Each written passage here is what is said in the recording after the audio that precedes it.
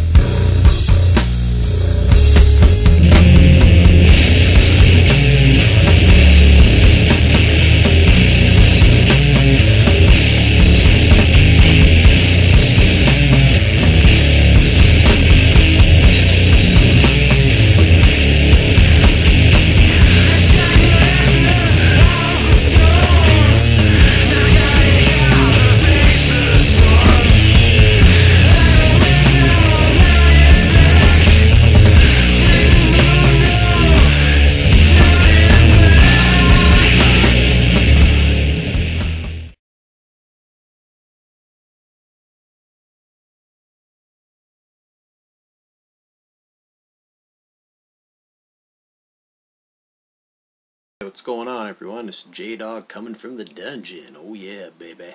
It's the movie where the magic, or the room where the magic happens, and blah blah, I can't even talk.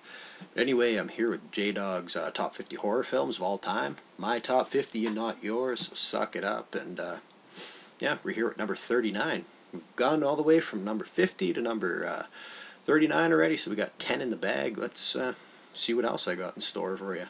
I know we've had a few slasher films already, and I said I didn't really have that many, but I look back on the list, and actually there's kind of a shitload of them.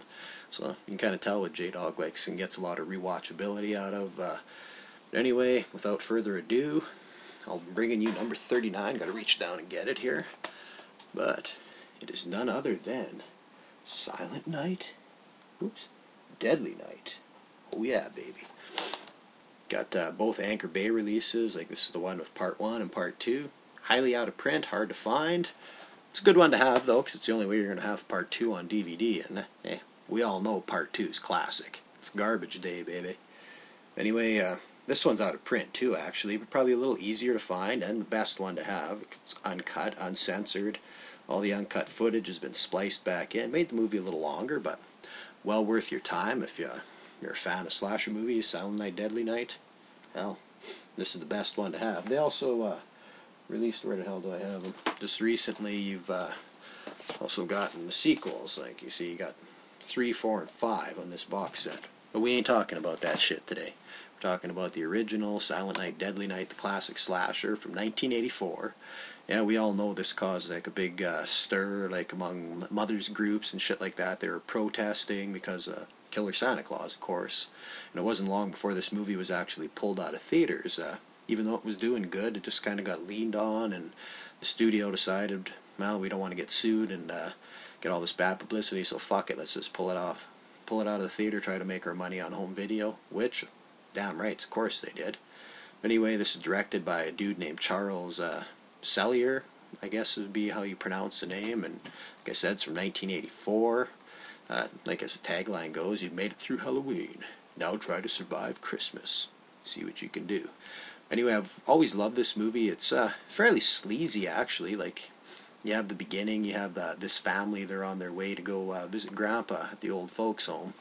And they go see him, and Grandpa, he's telling, I think it's young Billy, he's like, be afraid of Santa, like, he's just watching if you're naughty and all that shit, and kind of freaks him out, because Grandpa's supposed to be comatose. You don't talk to anyone. You just happen to talk to little Billy, and freaked them all out. So on their way home, there's this dude, I think he's escaped from a mental institute, or he's just a real bad motherfucker, but you got this sleazy Santa, he knocks off a liquor store, kills a guy, and then on his way he pretends he's broke down.